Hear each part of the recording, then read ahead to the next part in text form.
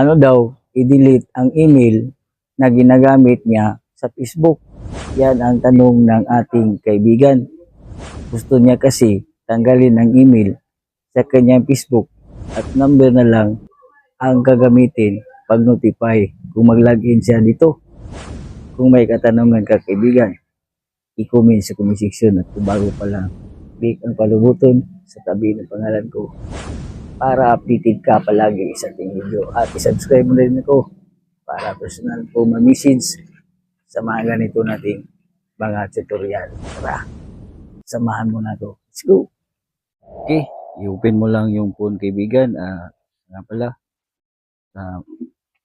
comment mo kaibigan, isang share mo lang, masaya na ako. So ganito lang ang gawin kaibigan para i-delete ang email sa iyong Facebook. I-open ang Facebook. Tap ang tatlong lines babaw ng Facebook. Tap ang gear icon settings. I-tap ang see more in account center. At i-tap ang personal details. At i-tap itong tag info. At i-tap itong email. So, tap mo lang itong delete email. At i-tap mo itong delete.